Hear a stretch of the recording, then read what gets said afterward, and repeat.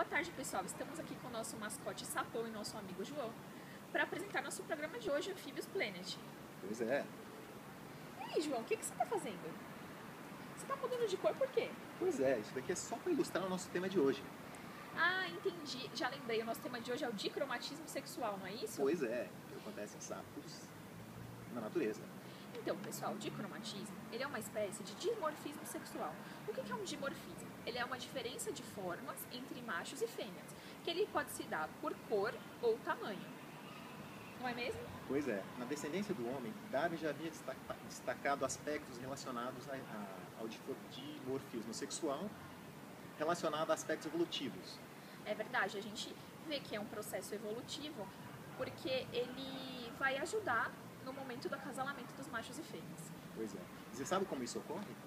Não sei muito bem, você pode me explicar e explicar para o pessoal? Pois é. Acontece de 3 maneiras, né? Na realidade, acontece de 2 maneiras. Você tem o dimorfismo dinâmico e o ontogenético. Né? O dimorfismo dinâmico acontece na mudança de cor no período de acasalamento do animal. Por exemplo, você tem o processo em que machos mudam de cor, certo? Você tem um processo em que fêmeas mudam de cor no período de acasalamento, e você tem ainda um terceiro processo em que machos e fêmeas mudam de cor. Certo. O processo em que machos mudam de cor, na realidade, é um processo normal que acontece na natureza e que o macho disputa A preferência da fêmea entre machos, né, para copular com a fêmea, para fazer com que seus genes passem adiante o processo da evolução, conforme a gente conhece. Tem um segundo processo, que é o processo em que a fêmea muda de cor. Nossa, que coisa incomum, né? Pois é. Então, revertendo esse processo natural do acasalamento, que geralmente é o macho que está em disputa com outro macho para copular com a fêmea. E tem um terceiro processo ainda, em que os dois mudam de cor, tanto o macho quanto a fêmea. Né? Então a gente até quer enfatizar que esse terceiro processo ele existe em literatura e nós achamos muito interessante, porém não existe ainda uma conclusão por que os machos e fêmeas mudam de cor ao mesmo tempo. Nenhum estudo foi taxativo em dizer por que isso ocorre. Alguns estudos sugerem que pode ser para que eles se reconheçam em período reprodutivo em um local onde haja muitas populações de sapos. Certo. E ainda tem o segundo aspecto, que é o aspecto definitivo, o aspecto denominado de ontogenético. Então, como ontogenético, nós podemos citar a Ranis arvalis, é uma espécie que a gente vai demonstrar como imagem. Ele vai ser verde desde o nascimento e no período da puberdade vai se tornar azul, mas ele vai permanecer azul para o resto da vida. Certo. No período de maturação sexual. Após o período de maturação sexual, ele muda de cor, ele vai permanecer de cor até o resto da sua vida.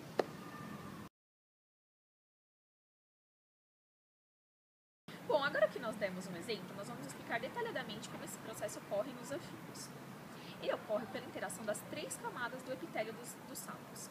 Essas 3 camadas elas são formadas por células diferentes com várias funções. E de acordo com os estímulos ambientais e guiadas pela informação genética, elas vão gerar essa alteração de cor, não é mesmo? Isso, são os cromatócitos, né, conforme a Carol falou, são células pigmentadas que compõem o epitélio desses animais, dos sapos. Como acontece? Na realidade são 3 camadas. Tá?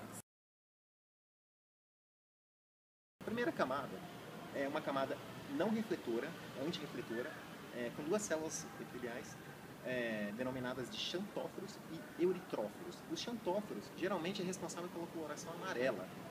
Né? E os euritrófilos é responsável pela coloração vermelha. Não necessariamente pode variar de espécie para espécie. Né?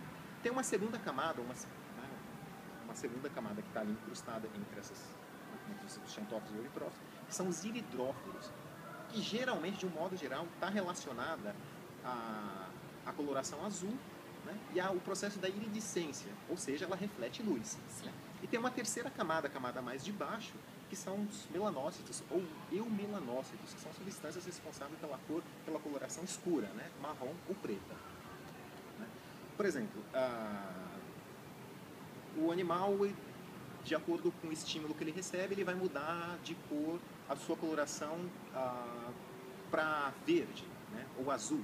Então, assim, há uma interação entre essas 3 camadas, né, há uma retração da pigmentação, por exemplo, do vermelho, e há uma interação com o processo da incidência da luz que interage com a primeira camada não refletora dos xantóforos, que são amarelas, que dá uma coloração verde no animal.